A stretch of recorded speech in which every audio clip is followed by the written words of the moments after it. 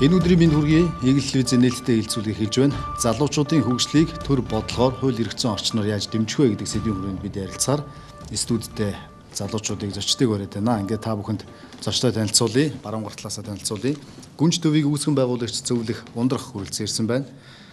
Монголын залуучуудын эвслийн зохицуулагч Биндрия хүрэлцэн ирсэн байна.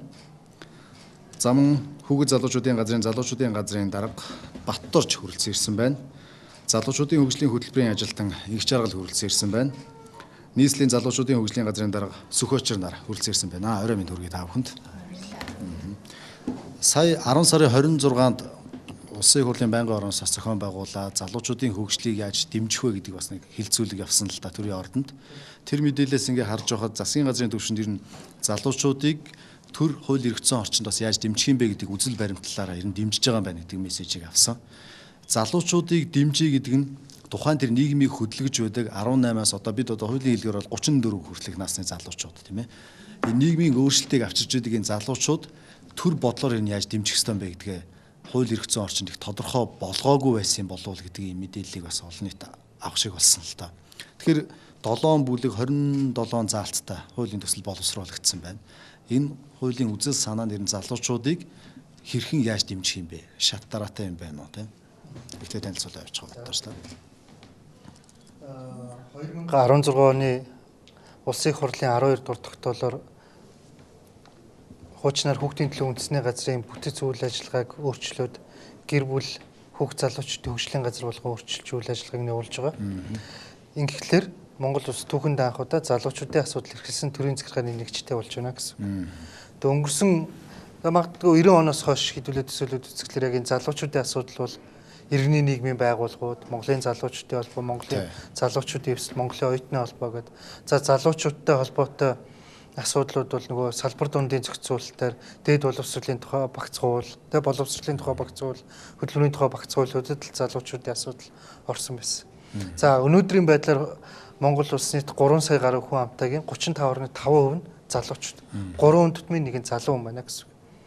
За эдгээрт зориулсан одоо эрх зүйн зохицуулалт зайлшгүй шаардлагатай байна гэж засгийн газраас за хөдөлмөрийн нийгмийн хамгааллын яамнаас үтсэн байна. Ингээд хөдөлмөрийн нийгмийн хамгааллын сайд Номтой Баяр маань 2015 онд яг энэ залуучдын хуулийн төслийг анх засгийн газарт өргөн барьсан.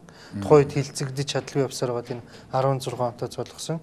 Ингээд 2-7 хоногийн өмнөх засгийн газрын хуралдаанаар энэ залуучдын хөгжлийг дэмжих тухай хуулийн төслийн үзэл баримтлалыг баталсан байгаа. Тэгээ анхны одоо энэ төслөөр бол залуучдын хөгжлийг дэмжих тухай хууль маань 26 зүйл 7 бүлэгт байна. Тэгээд залуучдын хөгжлийг дэмжих тухай хууль маань одоо залуучуудынхаа иргэний нийгмийн байгууллагуудынхаа саналуудыг өдөр тутамдаа одоо өөрчилж байна. За саналуудыг нэгтгэж байна. Ер нь бол анхны төсөл боловсруулагдаж явж байна. Эцсийн байдлаар бол баталсан зүйл байхгүй. Ажлын хэсэг маань маш хурдтай өөрчлөлтүүдийг, маш хурдтай харьцуултуудыг хийгээд явж байгаа. Тэгээ энэ ондоо багтаад засгийн газарт ер нь залуучдын хөгжлийг дэмжих тухай хууль өргөн барина гэсэн зорилттой. За хуулийн гол утга санаа, хуулийн гол зохицуулалт маань юун дээр байна вэ гэхээр энэ бол халамжийн хууль биш, хөгжлийн хууль. Одоо улс орнууд залуучуудаа хөгжүүлж чадаж байж ирээдүйн гэрэлтэй, ирээдүйн баталгаатай ирээдүйн одоо хөгжилтэй одоо хөл нийлүүлэн алхахын боломжийг бүрдүүлдэг учраас энэ удаагийн залуучдын хөгжлийг дэмжих тухай хууль маань эх оронч залуу ямар байх юм бэ? Эрдэм мэдлэгтэй залуу хүн ямар байх юм бэ? Ур чадвартай Монгол залуу хүн ямар байх юм бэ? Амьдрах ухааны ур чадвартай залуу хүн ямар байх юм бэ? Залуучууд судлал гэж юу юм? Залуучуудын иргэний нийгмийн байгууллага гэж юу юм? Залуучуудын хөгжил гэж яг юу юм бэ?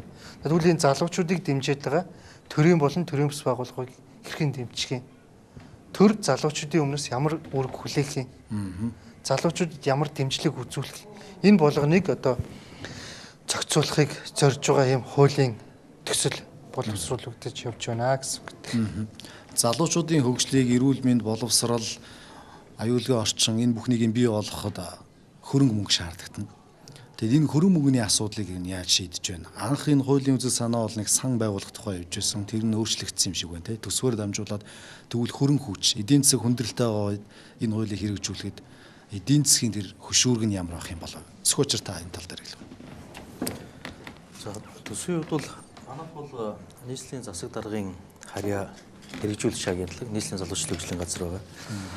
Манай залуучдын хөгжлийн газрын хувьд бол засгийн газрын Батар даргын одоо агентлагийн хувьд бол тодорхой хэмжээний бол төсөв бас 2017 онд бас батлагдчих явж байгаа гэж бас сонссон. Бидний хувьд ч гэсэн тодорхой хэмжээний бол төсвийг бол төсвөөс бол гаргахаар бол батлуулахаар бол ажиллаж байгаа. Сая бол нийслэлийн засаг даргын 2017 оны мөрийн хөтөлбөр бол батлагдчих. Тэрний дагуу бол бид бол тодорхой хэмжээний залуучдын хөгжлийг одоо дэмжих хэрхэн хөгжүүлэх чиглэлээр нь бид нар яаж ажиллах вэ гэдэг тал дээр бол санхүүгийн их усрыг бол нийслэлийн төсвөөс бол гаргахаар бол тооцоолсон байгаа. Хамгийн гол нь сая бас Батар даргын бас хэлсэн энэ залуучуудын хөгжил маань гэдэг одоо ухтхан маань сая хэлсэнтэй адилхан бол халамжийн зүйл биш юм байна. Залуу хүн гэдэг маань бол өөрөө халамж, нийгмийн халамжийг хүртэх ёстой, үйлчлэгэнд хамрах ёстойгоос илүү залуу хүн бол өөрөө хөгжих ёстой. Тэр хөгжлийн нийслэл болон төр засгаас хэрхэн дэмжиж ажиллах вэ гэдэг тал дээр бол бид нар бол анхаарлаа хандуулж ажиллаж байгаа. Тэрэн дээр бол тодорхой хэмжээний мэдээж бол төсвийг бол нийслэлийн төсвөөс бол зарцуулахаар бол төлөвлөлтөд төсөв бол батлуулсан байж байгаа. Төрийн болон төрийн бус байгууллагууд энэ хуулийн төсөл дээр ажиллаж байгаа тэр залуучуудын тулгымдсан асуудлууд ингээд ирэмэлсэн байна. Хуулиар яг зохицуулагдж байгаа орхигдоогүй асуудал юм байна уу? Орхигдсан байна уу? Хуулийн талаар бас тийм ч ярьж ин л да хөгжил залуучуудыг хөгжүүлэх тухай концепц явж байгаа гэх тээ.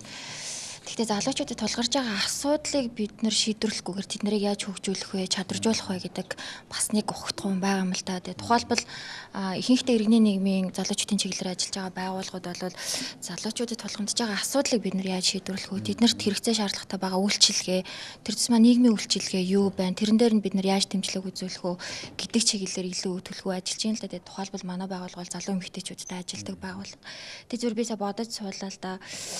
Асуудал бэрхшээл тулгарсан байгаа хүнийг бид нар хөгжүүлэх тухай асуудлыг ярихын тулд бид нар асуудлыг шийдвэрлэхгүйгээр яаж ярих вэ гэдэг асуудал байгаа. Тэр хүмүүст байгаа асуудлыг бид нар нэгдүгээрт онцлохгүйгээр хэрэгцээ шаардлагыг одоо үнэлэхгүйгээр чи хөгжих ёстой гэдэг нэг юм тулгах одоо боломж өнөөдрийн нөхцөлд манай нийгэмд байгаа юу гэдэг асуудалд хариулт олоход бол бас жоохон төвөгтэй байгаа л да. Тэгээд харж ил суулаа. Тэгээд яг залуучуудын зорилттой бүлгийн залуучууд гэдэг одоо бидний хэлээд байгаа нэг асуудал бэрхшээл тулгарсан байгаа гэдэг ингээ оруулсан юм шиг байна. Тэгээд энэ өөрөө нэр томьёо өөрөө зорилттой бүлгийн залуучууд гэж хэлчихлээр эргээд буцаад залуучуудынхаа дунд жоохон ялгуурлан гадуурхалтад өртөх энэ магадлалыг нэмэгдүүлчих үү гэдэг айц бол бидний хувьд байгаа. Жишээлбэл хин нэгэн хүнийг бид хөгжлийн бэрхшээлээр юм уу, оюуны бэрхшээлээр нь эсвэл одоо бэлгийн цөнхтэй өөр бэлгийн чиг баримжаатай гэдгээр нь одоо ангилж үзэж өөр нэг юм категорид оруулахаас илүүтэйгээр тэрийг нийтлэг хүн ам гэдэг утгаар нь авч үзсэн юм бодлого бас баримтлахын зүйтэй болов уу гэж бодож байна. Тэгээ зүгээр яг энэ дээр яг иргэний нийгмийн байгууллагуудын оролцоотой хийх үйл ажиллагаануудад нь илүү дахиад нэг үйлчлэгээр чиглэсэн ажлуудаа бол оруулсан л хэлээ л дээ. Тэгээд тэн дотор нь орхигдоогүй бүлэг гэхээс илүү миний харж байгаа бол бас орхигдсон бүлгүүд бол нэлээд их байгаа юм шиг харагдсан. Тэгээ тухайлбал бидний бэлгийн цөнхийн асуудлууд, үндэсний цөнх асуудлууд ялангуяа яг малчин байгаа тэр зэм малчин залуу эмэгтэйчүүдийн асуудлууд гээд ингээд хүн амынхаа онцлог бүлэгт суурилсан байдлаар нь хэрвээ асуудлыг авч үзэх юм бол энэ хууль маань нэлээд л өргөн үрээтэй болох шаардлагатай юм шиг л харагдсан тийм. Бинди таныг бас хэлцүүлэх зорж байна. Залуучдын үйлчлэг байгууллагын цагаас хойшлыг залуучдын чиглэлээр яг бодлого хөлбөртэй болох чиглэлээр бид нар банк ажиллаж ирсэн. Тэгээ Монголын залуучдын үйлчлэгүүд юу гэж харж байгаа вэ? Нийт хүн амынхаа 3.1 байгаа тэр том бүлэг рүү чиглэсэн хууль эрх зүйн орчин ялч хэрэгтэй байгаа. Гэхдээ яг тэр хууль эрх зүйн орчин тэгээд тэр дундаа залуучуудаа хөгжүүлэх гэж харж байгаа бид нар ялчгүй сангийн асуудлыг дуурхал хэрэгтэй болох өсөөсөөгөө тодорхой сан ямар нэгэн хөрөнгө мөнгө тэр лөө орж иж залуучуудаа хөгжүүлэх нүг гэхээс биш нэг хуультай ч юм уу те нэг бодлоготой болоод тэр нөрөө хэцүү. Яг байнгын доктортой нэг бүтэц байгаад сан байгаа чинь те тэрний өгдөө уулуурхаагаас нэг 10% нь авдаг ч юм лөө те. Тиймэрхүү байж хөгжнө гэхээс зүгээр нэг хууль гараад ч юм уу энэ хуулийг ингэж хөгжүүлнэ гэд бүтэхгүй. Тэгээд энэ хууль тэгж яг хуулид зориулсан мөнгө авах хэрэгтэй. Ягаад гэвэл залуучуудаа хөгжүүлэхэд мөнгө хэрэгтэй. Өөрөө нэгт тэгээд залуучууд руу чиглэсэн бодлого хэрэгжүүлэх зайлшгүй шаардлагатай. Тэгээд бодлого нь өөрөө яг нэг хувийнх нь онцлог чиглэсэн. Юу гэдэг бид нар залуучуудын малгаан дор маш түрүү ундрах чиглэсэн зайдлага амар олон залуучуудыг нэг малгаан дээр нэгтгээд оруулж болохгүй. Тэр дунд ч маш олон залуучууд байгаа. Тэгээд дээрэс нь энэ хуулийн дээр 15-аас 34 гэдэг насны залуучууд байдаг хамруулна гэж байгаа. Тэр залуучууд чинь онцлог хэрэгцээ нь өөрөө нэгдүгээр өөр. Гэхдээ 15-аас 18 насны залуучууд те 10 жил төгс сурах боловсрох ер нь 20 хүртэл хүн сурч боловсрох гэж байгаа бол яг тэр насны залуучуудад сурч боловсроход нь юу хэрэгтэй юм бэ? Ямар дадал туршлагыг тэр залуучууд өгөх гээд байгаа мэрэгжил сонголтод нь юу нөлөөлөх тэр болгоныг нь судлаад гарах хэрэгтэй. Тэгээд цаашаа гараад явах нь 22 дэх ажлын байр те 30 гараад явах юм бол орон байрны асуудал яригч эхэлнэ, гэр бүл төлөвлөлт яригч эхэлнэ. Тэр гэр бүлтэй залуучуудыг яаж дэмжих юм бэ? Тэр болгон өөрөө ингэ цогцоор харах хэрэгтэй. Тэгээд тэр болгоныг цогцоор харах шийдэхэд бол яалч сангийн асуудал руу чухал. Тэгэхээр ер нь бол бус улс орнуудын шишгүүдийг аваад үзэх юм бол бүх улс орн тодорхой хэмжээний залуучуудад заавал мөнгө тавьдаг. Тэ? Юу гэдэг манахаас санхүүгийн хувьд хүнд чинь Шри-Ланк гэдэг улс хүртэл улс орныхоо тодорхой 10-аас бараг 20% зөвхөн залуучуудад зориулдаг. Бид нар залуучуудыг нийгмийн хөдөлгөх хүч, нийгмийн ирээдүй гэж хараад байгаа юм бол тэр залуучууд руу заавал хөрөнгө оруулалт их шаардлагатай. Залуучуудын хөгжлийн хөтөлбөр энэ хуулийн төсөл дээр ямар байр суурьтай оруулж байна?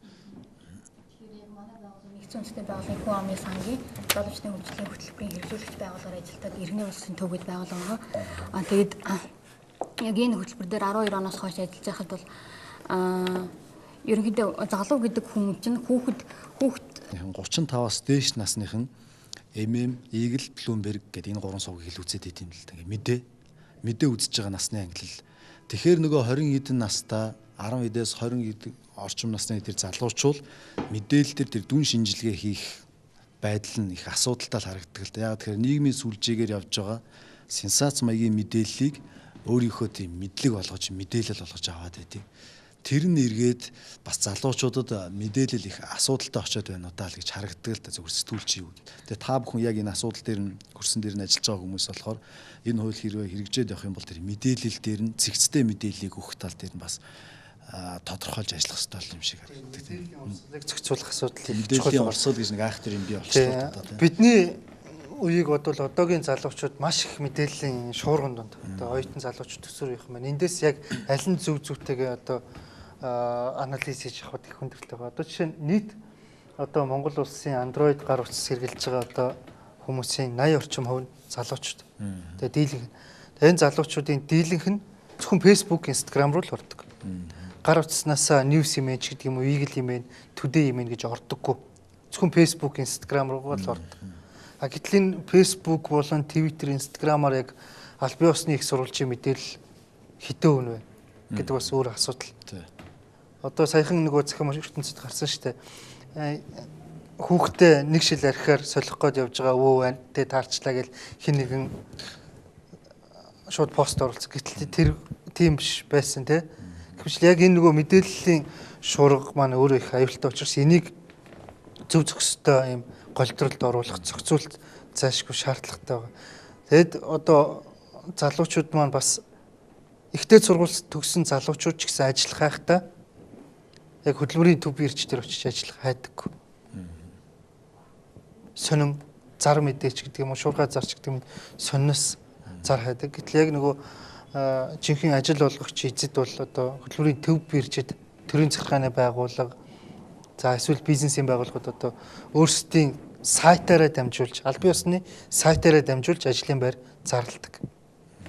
Гэтэл өнөөдөр залуучууд маань Facebook-ээс ч юм уу эсвэл Twitter-ээс ажлын байр хөтлөх нь бага учраас энэ дээрээ бас зохицуулалтанд анхаарах хэрэгтэй байгаа юм л та. Тэгэд нийгэм маань өөрөө залуучууд маань өөрсдөө буруу мэдээлэл аваад буруу зүйл рүү ингээд нөгөө маш олноор ингээд одоо инженеэр хэлгээд нөгөө туйлшрах. Энэ зам төлөвт нь яаж нөлөөлөх вэ? Нөлөөлөх ямар боломжууд байна та бүхэн бас? Засгийн газрын ажиллаж байгаа одоо нэг арга барилыг уламжлалт хандлагатай засгийн газар, дэвшилт одоо ажиллагаатай засгийн газар гэж ерөнхийдөө хоёр хуваадаг гэж би сонсон. Гэтэ бүр нарийн судлаагүй. Тэгээд ер нь уламжлалт хандлагатай засгийн газар яг ямар хандлагатай байдаг гэхээр залуучууд одоо тодорхой хүн амаа буруутгадаг эсвэл одоо нэг асуудал бэрхшээлийг ер нь ард түмний буруу гэж үздэг ч юм уу те. Харин дэвшилт арга барилаа засгийн газар бол тодорхой одоо асуудлын суурь шалтгаан нь юу байгаа нь тэрлөө чиглэсэн ямар бодлого хөтөлбөр баримтлах уу гэсэн чиглэлээр үл ажилладаг байгаа. Тэгээд за ер нь бол масс тэгээд ард түмэн бол одоо тодорхой асуудлуудтай тодорхой зан үйлтэй байдаг. Гэхдээ яг энэ одоо зан үйл энэ арга барилд яаж одоо ажиллаж ямар арга техник боловсруулах уу энийг яаж шийдэх үү гэдэг нь яг засгийн газрын өөрийнх нь одоо үүрэг болчихж байгаа юм л да. Тэгэхээр ер нь бол нэг манай нийгмийн зорилго маань хүмүүнлэг иргэний ардсан нийгэм гэдгийг бий болгох тий.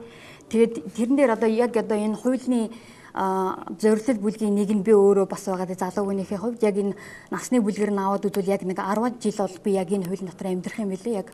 Яг энэ үр шимийг хүртээд тэгэхээр яг одоогийн залуучуудыг энэ хуулийн яг ингээд зарим нэг юун дээр хараад хад би зүгээр хувь хүнийхээ үүднээс ярьж байгаа. Зарим нэг зүйлт заалтыг нь аваад үзвэл одоо энэ бол яг хасагдсан байлаа. Гэхдээ яг сарын өмнөх юун дээр 15-аас 24 цагийн сайн дурын ажил хийх гэж бол байсан. Тэр хасагдсан байлаа. Энэ бол айгүй баярлалаа шүү дээ. Дараа нь бас нэг гайхаад байгаа нь болохоор терроризмын хор уршиг аюулаас урьдчилан сэргийлэх сонор сэрэмжтэй амьдрах гэж байгаа байхгүй. Тэгээд терроризм гэдэг үг зөвхөн надаас хамаарахгүй. Би ингээд терроризм хизээ ирчих бол гэдэг аюул сонор сэрэмжтэй амьдрах нь миний хариуцлага биш. Тэр нэг бөмбөг буувал би одоо сонор сэрэмжтэй амьдраагүй төлөө ямар хариуцлага хүлээх вэ гэдэг. Энэ хамгийн гол нэг нийгмийн хөгжилд оролцох залуучдын эрх үүрэг гэдэг хэсэг дээр нь явахгүй.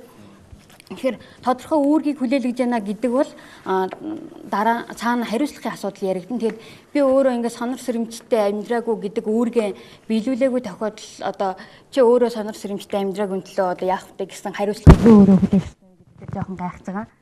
Тэгээд яг одоо ингээд залуучууд ерөнхийдөө залуучууд бол ингээд одоо нэг альва зүйлд юм сэтгэл хөдлөлөөр ханддаг. Тэгээд тийм нэг юм дүн шинжилгээтэй биш гэл тодорхой залуучдын онцлог байгаа. Тэгээд тэр онцлогт бас тохирсон энэ юмнуудыг гаргах байхаа л гэж бодоод юм да. Тэгээд албатсан биш. Бүр амар хууч сонсог биш. Одоо ингээл алдаршуулах гих мэт ч юм уу би дээр үед амьдарч байгаагүй хүн биш болохоор алдаршуулах гэж яг юу гэдгийг би сайн мэдэхгүй л байна л да. Тэгэхээр одоо яг миний ирээдүйн баг 10 жил тэгээд миний үр хүүхдүүд манай дүүнэр ингээд зөндөө олон жилийн амьдралд хэрэгтэй хууль болох учраас бидний нэг амьдралын зан үйлийг яасан шингээсэн онцлогийг шингээсэн тийм л хууль байгаасаа гэж байна. За яг нэг юуныхаа ажлынхаа хүрээнд харахад болохоор тогтвортой хөгжлийн зорилтууд гэдэг дэлхийн нийтээр ингээд баталсан тэр зорилтуудтай бас ингээд уялдах хэрэгцээ шаардлага болсон харагдаад байгаа.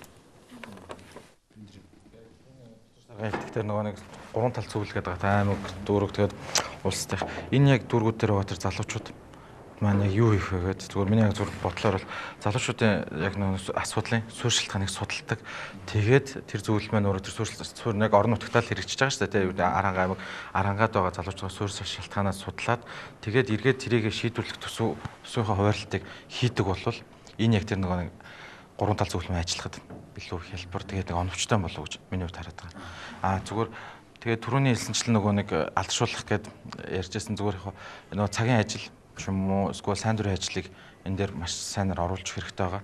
Гэтэ одоо яг энэ шинэ хуулийг харахаар бол ухарцсан л харагдчихлаа л да.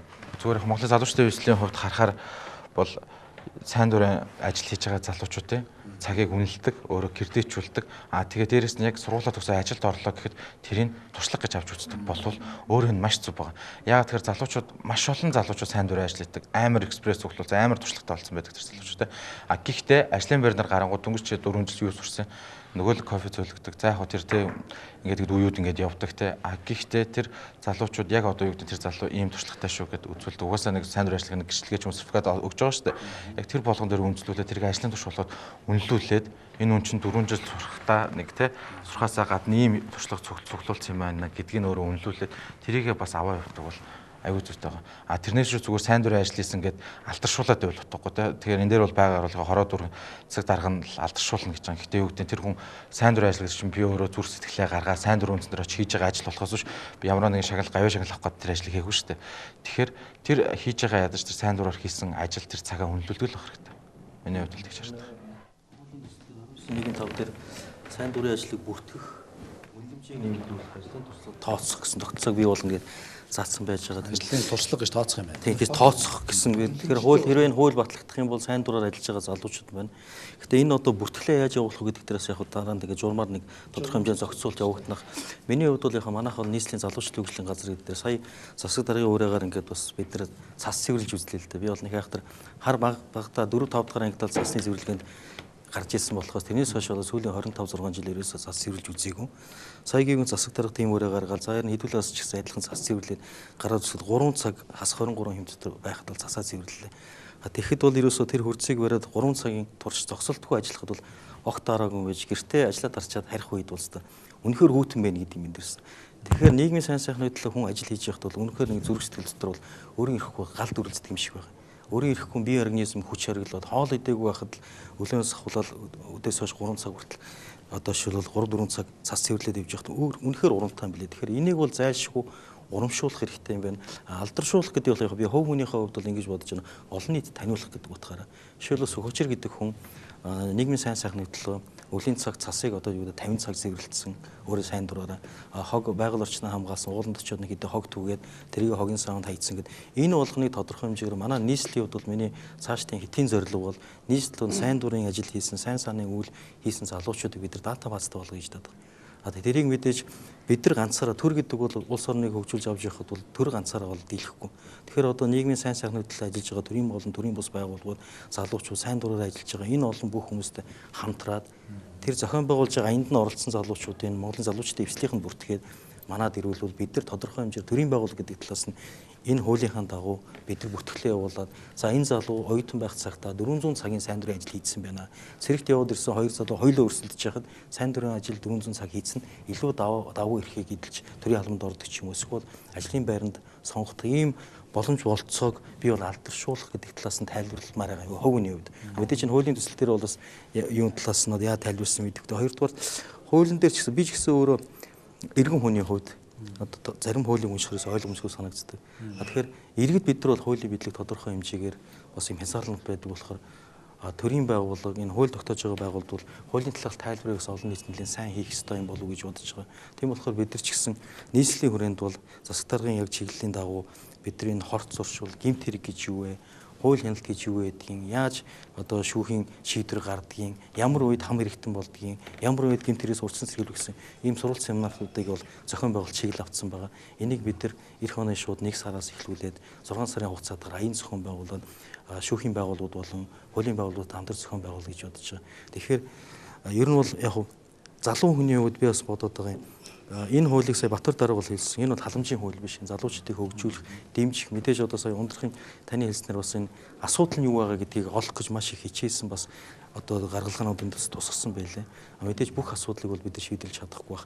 Тэгээ би залуу хүний хувьд би өөрөө нэг хар багасаа хөдөлмөр эхэлж одоо үзэж исэн, ажил хийж үзэж исэн хүний хувьд бол биднэрт бас нэг сүүлийн үед арай жоох юм хөдөлмөрлөх, ажлыг хайх одоо тийм бас одоо юу гэвтэй сэтгэлийн тийм нэг хүч жоохон дутагдаад байгаа юм болов гэж залуучуудад байгаа юм болов гэсэн тиймэрхүү бас нэг бодол төрөд байгаа. Жишээгээ зүгээр аваад үзэх бол бүгдээрээ оюутан болоод 200 хэдэн мянган оюутан диплом өргөх гээд байдаг. Яг үнээр ихтэй манай барилгын салбарт маш олон хятадууд ажиллаж байна.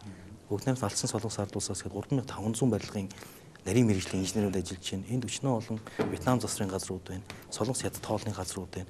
Маш олон салбарт бидний залуучуудын ажлын байрыг эдгээр булааж авсан биш. Бид хийхгүй болохоор манай аж ахуйн нэгжүүд яалчгүй гадаадаас хөдөлмөрлөх хүчийг бол импортлоод байгаа юм шиг харагдаад байна л да. Тэгэхээр мэдээж хууль бол төгс гарахгүй бас дахиад хамгаалж байгаа юм шиг сонсож магадгүй те. Эннийхээ хүрээнд бас залуучууд манаас те хичээн зүтгэл гаргаад бүгдээрээ хамтдаа. Тэгээд хэвлэл мэдээллийн байгууллагууд дээр бас нэг өсмөр байгаа зүйл гэхээр аливаа талаас ер нь аливаа мэдээллийг бол эрэг талаасаа нийгмийн зөв тийшин чиглэлээс сурчлах талаасаа бас төртөөгөө хамтрааж ажиллах юм бол бидний талаас бол залуучдыг эрэг хандлагатай болгоё гэсэн бас айгүй том төсөл явж байгаа.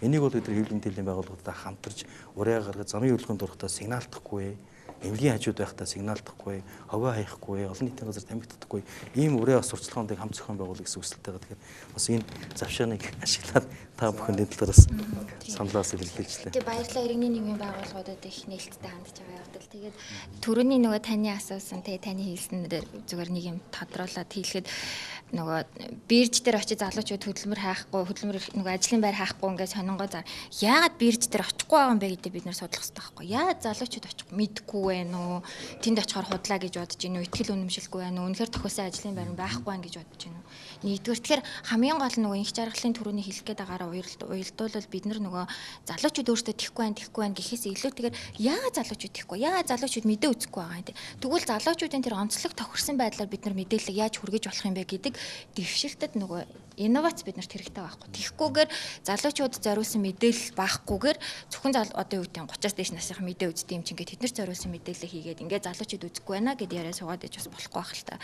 Тэгээд таны хийсэн дээр үргэлжлүүлвэл тэ түрүүнээс хойш намайг шоолоод л инээгээд байгаа. Цаг тус учраас хилцүүлдэг бас. Тэг ганцхан юм хэлгээд байна шүү дээ. Сайн дурын үйл ажиллагаа гэдгийг нөгөө буйны үйл ажиллагаа болгоод одооний энэ явж байгаа голдрол шиг болчих үедээ гэдгээс би бол химээж байгаа байхгүй. Яа тэгвэл залуучууд сайн дурын ажлыг маш их хийдэг болсон. Гэхдээ бусдын ирэхэд халдаж их хийгээд байгаа байхгүй. Хүүхдэд бэлэг өглөө зургийг аваад тавилаа ч юм уу те. Тэрийгээ их би сайн хүн болж ийн сайн дурын ажил хийж ийн гэж. Тэгэхээр энэ хуулийн одоо үзлээд баримтлалын хүрээнд мэдээж нийгмийг өөрчлөх хүссэн сонирхолтой залуучуудыг бий болгохыг зорж байгаа нь маш их зүйтэй хэрэг. Гэхдээ энэ нь зөв байгаасай л гэж бодсон. За баярлалаа. Найруулагч маань цаг давсан гэдгийг анхааруулад байна. Тэгээ нөгөө түрүүний сайн дурын ажил гэдэг бид нар нөгөө point өгöd байгаа нь яг нөгөө ундрагч хэлсэнтэй адилхан. Энэ айгүй болон өөр урсгалууд яваад байгаа байхгүй тий. Айгүй буруу гэж хэлэх нь баг буруу нийлүү ч юм уу тий. Тэгэхээр яг бүр энэ дээр бид нар яг нэг сайн дурын ажил гэдэг нэг зүйл болгоод тэрнээ цогцоор шийдэж оруулж ирэх юм бол маш зүйтэй болно. Өөрөө энэ залуучуудын хөгжлийг дэмжигчл байгаа бол залуучуудад тодорхой хэмжээ оролцоог нь хамгийн их оролцуулаад тэдний хөгжүүлэх орон зайнаараа сайн дурын ажиллах байхгүй. Тэгэхээр энийг бүр яг нэг бүлэг болгож оруулаад тэнд нь яг ингээд бидний яг санааг тусгаж авууллаа аюу зүйтэй гэж хараад байна. Энэ хуулийн дээр зөвхөн бид 6 ингээд яриад өнгөрөх биш, маш олон хилцүүлгүүд өрнөж энэ хууль бас их чанартай чамбаа боловсруулагдаж батлагдаасаа гэж хүсэж байна. Тэгээ залуучуудын хөгжил гэдэг бол маш их том асуудал гэдгийг энэ 60 минутаар бол хязгаарлаад одоо бэрх байна. Хүрэлцэн ирсэн та бүхэнд баярлалаа. Хуулийн үзэл санаа гол агуулгыг бас үзэгчдэд хүргэсэн болов уу гэж улс төрийн оролцоо залуучуудын бас оролцооны асуудлыг ч бас хөндлөөл тэр сонгуул өгч байгаа залуучуудыг харах юм бол 20 хүрэхгүй хувийн л ирж саналаа өгсөн байдаг. Энэ нь мэдээ өцөхгүй байгаа бас нэг шалтгаан юм болов уу гэж бидэнд анзаарэгддэг юм аа. Тэгэхээр залуучуудад зориулсан мэдээ гэдэг нь чухам юу байх ёстой бэ гэдгийг бас судалсан тэр судалгаан дээр үндэслэж хэвлэл мэдээллийн байгууллагууд ч гэсэн бас ажиллах бах, төрийн байгууллагууд ч гэсэн ажиллах бах. Уялдаа холбооны асуудал сөхөгдөж байна. Ингээ та бүхэнд амжилт хүсье. Анхаарлаа дууссан үзэгчдээ баярлалаа. Санаачлагыг урдаа барьдаг, гартаа хатгадаг, шинэлэг асуудлуудыг оруулж илж ярьдаг. Тэгэхээр магадгүй энэ хуулиар хүртэл бид нар бэлгийн цөөнхийн асуудлыг оруулж ирэх юм бол магадгүй бусад хуулиудад эерэг нөлөөлөл үзүүлсэн. Үнэхээр энэ дэвшилттэй орчин үеийн дэвшилттэй мундаг хууль болж чаджээ гэдэг энэ үнэлгээг зөвхөн засгийн газар төрийн одоо энэ шийдвэр гаргах төвшөнд ажиллаж байгаа хүмүүс бус иргэд олон нийт залуучууд нөөцтөө тэгээд бэлгийн цөөнхөнд хүртэл хөгжлийн бэрхшээлтэй иргэдэн хүртэл нөгөө баян үлгэд амьдарч байгаа монголоор халахаар ярьж чадахгүй байгаа казак залуучууд нь хүртэл энийг ойлгоод нэрээ эн чин дэвшилттэй хууль юм байна гэж харж ивэл энэ өөрөө хамгийн том одоо прогресс ахиц дэвшил гэж би хувьдаа харж байна л да. Таны хэлсэн дээр уялдаа холбогдох би хань хуулийн төслийг хүлээж аваад Батар дор нотлол 2 хоног уншаа сууж байгаа л да. Таны ярьсан зүйлүүд бол бүгд хуулийн дээр бол заалтуудаараа тусгагдсан байгаа. Залуучдын одоо 12-ын 1-8 дахь зүйл дээр бол бие биенээс хүйс хөрөнгө чинээ эрүүл мэндийн байдал яс үнсээр нь ялгалан гадуурлахаас урдсан сэргийлэх гэсэн заалтыг оруулсан байж байгаа. Аман сайн хүчирхийлэл дээр бол жишээлбэл залуучуудыг хүчирхийлүүлдэг. Энэ нь бол альва нэгэн байдлаар хүйсийг бол үл хамааран амиа игүүтгэхээс урдсан сэргийлэх гэсэн. Бас энэ дөрвөн охид эмэгтэйчүүдийн хүчирхийллийн тал дээр 12-ийн 1-10 дээр хүчирхийл охид эмэгтэйчүүдийг бэлгийн зорилгоор ашиглах, хил дамнан хотлолоос хамгаалах зэрэг хуулийн зохицуулт бол ер нь та бүхний ярьж байгаа саналууд дээр бол би бол энийг нэлээд сайн унших гээд хичээсэн. Ярьж байгаа шүүмжлэлтэй хандах юм эсвэл ийшээгээ хөгжүүлвэл арай жоохон илүү вэ гэсэн саналууд бол ерөнхийдөө ерөнхий утгаараа бүгд тусгагдсан байж байгаа. Маш детальчсан нарийнсан зүйлүүдийг заагаагүй байгаа. Тэгэхээр дандаа л ингэдэг л та нарын юмнууд ч орсон бид нар нөгөө аюул олон жил ажиллаж байгаа. Дуусчихвол тэхөө. Тийм. Эхлээд яриагаа дуусгачих. Тэгээд ийм асуудлууд тусгацсан байгаа. Би энийг хамгаалж байгаагаас биш. Бид нар яг би бол өөрийн биеэр энэ хуулийн төслөд санал боловсруулах ажилд бол ороогүй л та. Гэхдээ ерөнхийдөө уншаад явж байхад бол ер нь энэ тал дээр бол одоо таны хэлсэнд бэлгийн цогч хүртэл энэ хуулийн дээр бол тайлбарлаж болохоор заалтууд бол тусгацсан байгааг нь бол би анзаарсан. Бэлгийн цөөнхийн хувьд бол жишээл Батар дор Битори хувьд бол засгийн газраас албан ёсны байр сууриа илэрхийлээгүй байхад бид нар төрийн албанд байгаа хүмүүс төрийг төлөөлж энэ хуулийн дээр бэлгийн цөөнхийн тал дээр бол асуудал дээр санал бодлоо илэрхийлэх бол болцоог байгаа таас ойлгоно гэж бодож байна. Тэгээ ерөнхийдөө хуулийн төсөл 1-р шатандаас Батар даргын ирснээр бол анхан шатныхаа бол одоо төсөл дээр явж байгаа. Энэ бол мэдээж маш их олон өөрчлөлтүүд орно. Мэдээж та бүхний хэлж байгаа зүйлүүд дээр одоо түрүүн та малчин гэртээ байгаа эмэгтэй хүний хөдөлмөр эхлэлтгэл ярьсан.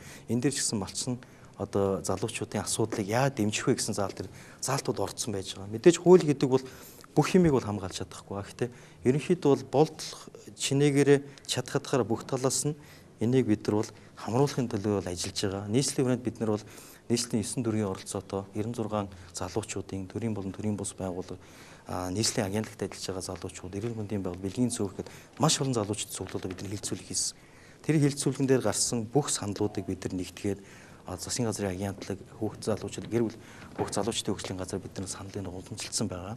Бид нар бол нийслэлийн залуучдын хөгжлийн газар бол хуульд санал оруулах шууд утгаараа хуулийн өргөн байх субъект биш болохоор агентлаг их бүхий агентлагаар нь ямаар нь дамжуулж саналыг бол өгсөн байж байгаа. Тэгэхээр энэ яг мэдээж төгс хууль гэж хаанч байхгүй, хаанч хуулийн сурхаа гарах магадaltaй.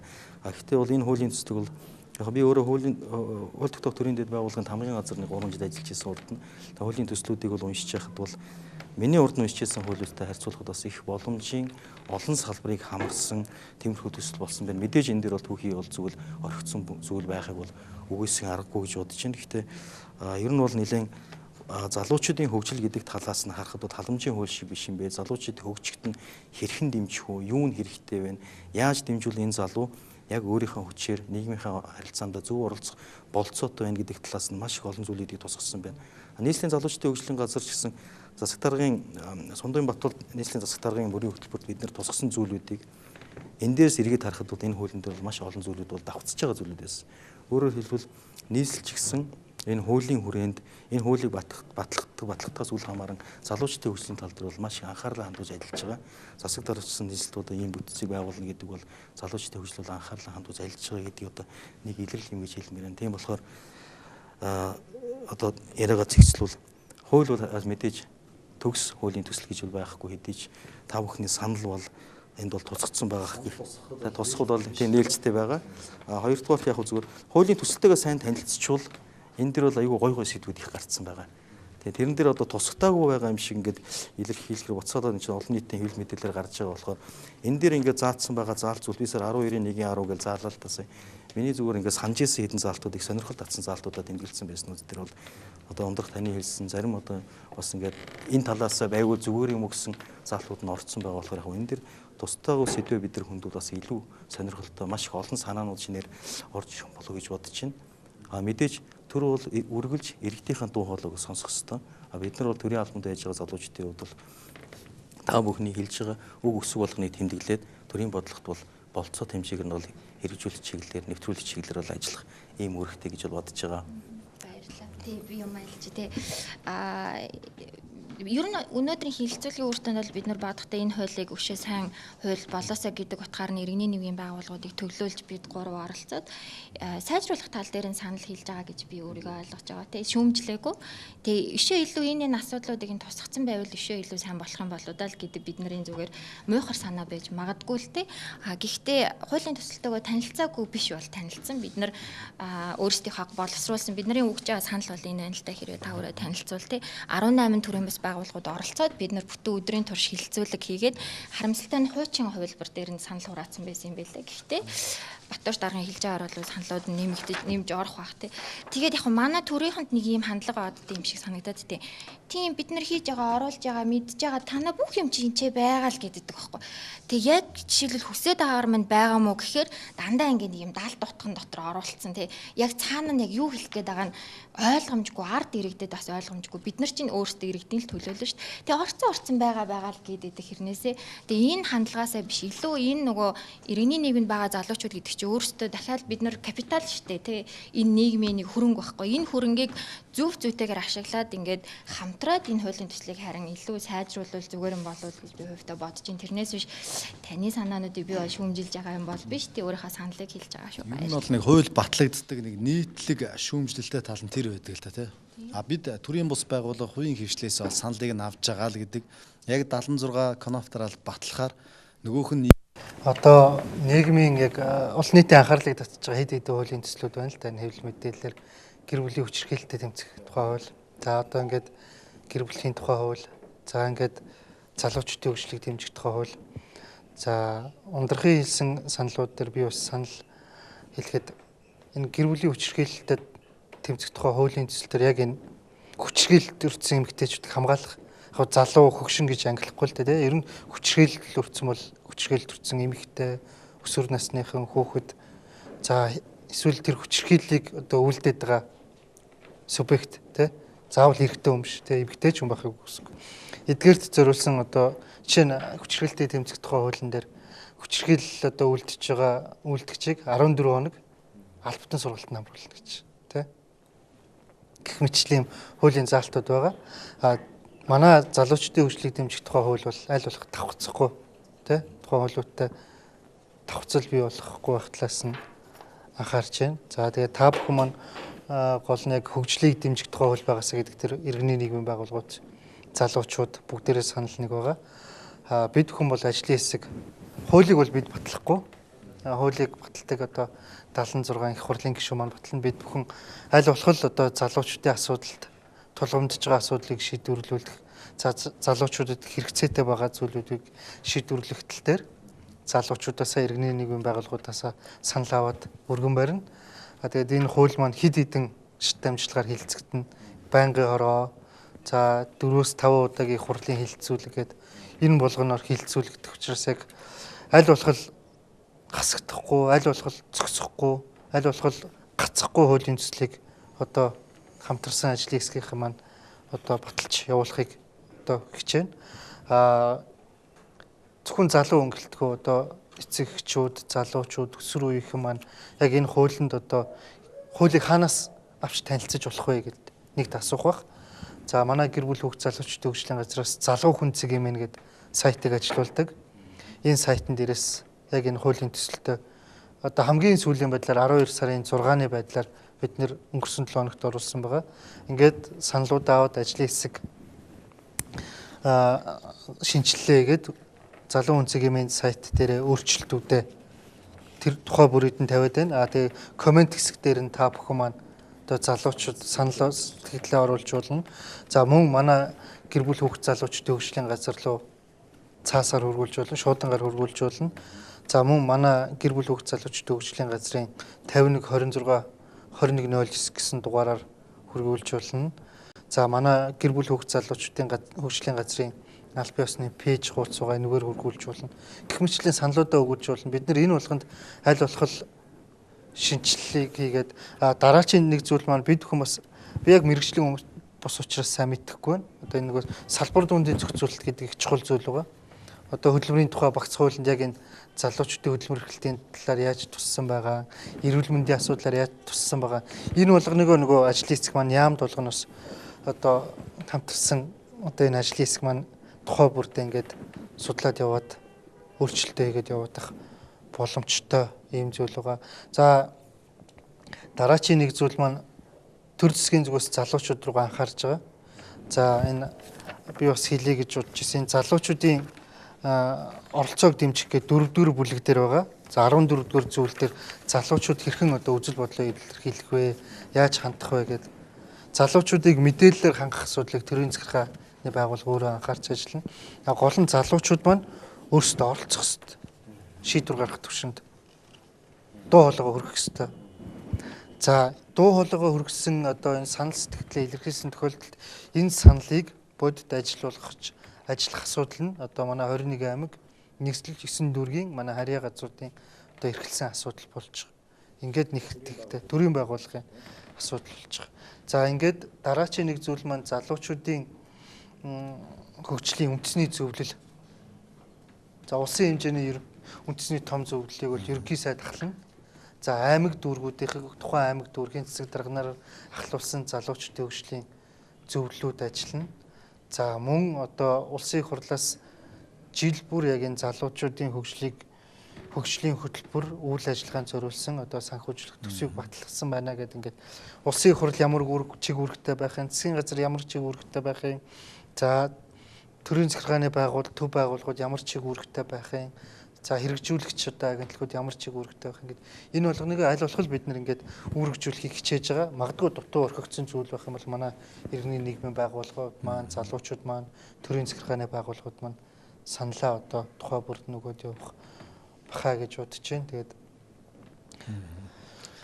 залуучууд хуультай болох гээд ингээд ер нь л нэг залуучууд л юм чинь хуультай болъё да. За тэгвэл ингээд 15-аас 34 насныхан хуультай болчлаа. За тэгвэл 35-аас 55 насных нэг хуультай болох хэрэгтэй гэдэг ийм ойлголт төрчихгүй дээ гэдэг дээр одоо төрийн одоо захиргааны байгууллагын одоо хүмүүс бид бүтэд санаа зовж байгаа гол нь яг энэ 15-аас 34 насныхан маань даа ялангуяа өсвөр насныхан 15-аас 24, 15-аас 29 насных маань төлөвшил багтай, мэдээлэл дүгнэлт хийх чадвар багтай байдаг учраас нөгөө хөгжил төлөвшил нэг хоцорч эхэлдэг учраас аль болох эрт үед нь энийг нь оншилж зөв голдролд нь оруулах тал дээр анхаарах юм хуулийн зохицуултыг бий болгох тал дээрсэн л анхаарч байгаа л гэж ойлгож байна. Мэдээлэл дүгнэлт хийх гэснээс бид нар ингээд телевиз үзэлтийн судалгаа гэдэг насны ангиллаар нь хардаг юм л та. Мэдээг нь ямар хүмүүс үзэж байна гэдэг.